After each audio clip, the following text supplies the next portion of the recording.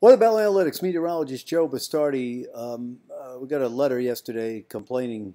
I think it was about this. That didn't explain this. This is a 500 millibar uh, northern hemisphere between 20 north and 80 north uh, correlation to what actually happens. Okay, in a nutshell. And what I'm trying to show you here, we could get into all the ways they compute this and all this, but the blue represents the European. The red represents the US model. These are the skill scores, all right?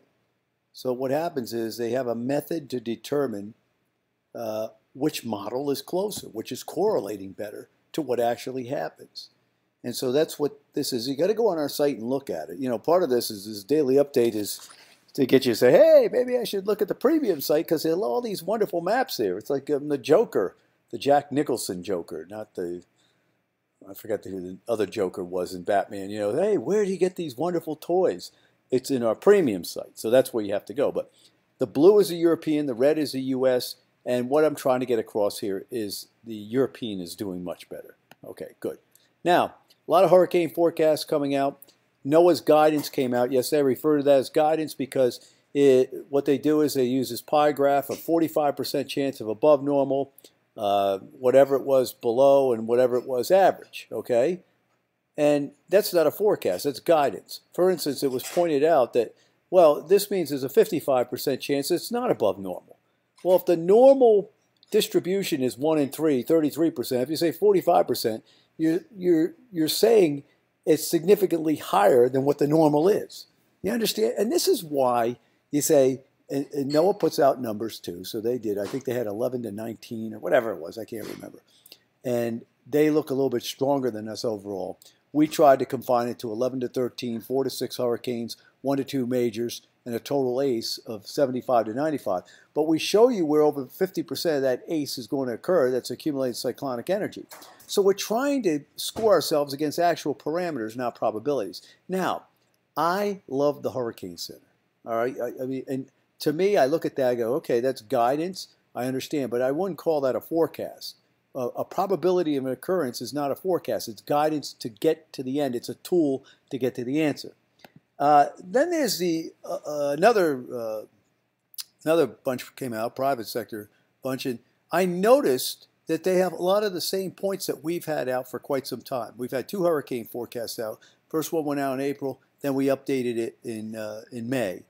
And it's been out for quite some time. Now, on that hurricane forecast, it shows what has happened over the last 11 years with mean sea level pressures across the United States and adjacent waters during the hurricane season. When it's lower than normal to the north, it causes the normal convergence in the tropics in the large scale to be less than normal. So the larger and more powerful a storm, the more it will weaken coming toward the United States in the means if the mean pattern holds. Now, why is that? Well, if you have low pressure here and still lower pressure up in here, it almost spreads apart the storm. That's why you're seeing Irene. You remember when Irene showed up and you had all the global warming people? This is what global warming looks like, right? It decreased from a Cat 4 to a Cat 2 as it came to land. That didn't happen in the 1950s. I mean, the 1944 hurricane had hurricane force winds in 600 miles diameter, 200 miles to the west and 400 miles to the east at one time. And, you know, I mean, these storms were unbelievable. I mean, I look at them and go, wow. But what is forecasted this year, and I can't show you because it's on, you got to go look at it at a premium site, is higher than normal pressures here, more in line with some of the years that bigger storms have hit the United States. Now, if you say, well, you got the ACE below normal, how are you getting bigger storms? Well, hitting the United States. Well, they may not form till late in the game and in your backyard. You'd be surprised how fast storms can deepen, you know, over warm water. Actually, you shouldn't be surprised. That's what nature does. Now, you see this here? This is very interesting. This is when I saw the European come out, it looked like this last night, the 46 days precip total. I knew exactly where to go, 1957. See, that's the advantage. I don't want to call it advantage, but that's how I am. That's why you see me skeptical about all this. Oh, this is the worst ever, because someone will tell me that. I go, I know where to go. Now, what happened there? That was Hurricane Audrey. 1957. It's not to say there's a hurricane coming to Texas, but what I'm worried about is all this wet ground here leads to cooler than normal temperatures in the front part of summer, which means that the surface pressures are higher in the means in this area of the United States. When that happens, the normal southeasterly flow slows down coming toward land, enhances convergence in the Western Gulf, so you have to worry about the possibility of development. Week 2, we got to look out. And sure enough, there's a European. See, this is all the high pressure over Texas, day 9, showing this. Now, is it right? Well, I don't know if it's right yet, but I am sitting there going, well, it makes sense with what has happened before. Okay, here comes severe weather. This is today, this is tomorrow. This may be a big deal. This is getting bigger and bigger on every run. And there's a lot of warm air trying to come up into another pretty strong trough here.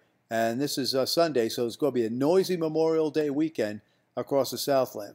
Here's the rest of the month of May. You can see cooler and cool here. And there's that pattern we look for, cool, leaning against the warmth, and the clash that's in between for severe weather. Boy, European really beat the daylights out of the U.S. generated models from 2 weeks out on this cold. I mean, I was watching the U.S. models just get rid of it. And you can see how cold it's been over the last week. And here's the month of May so far.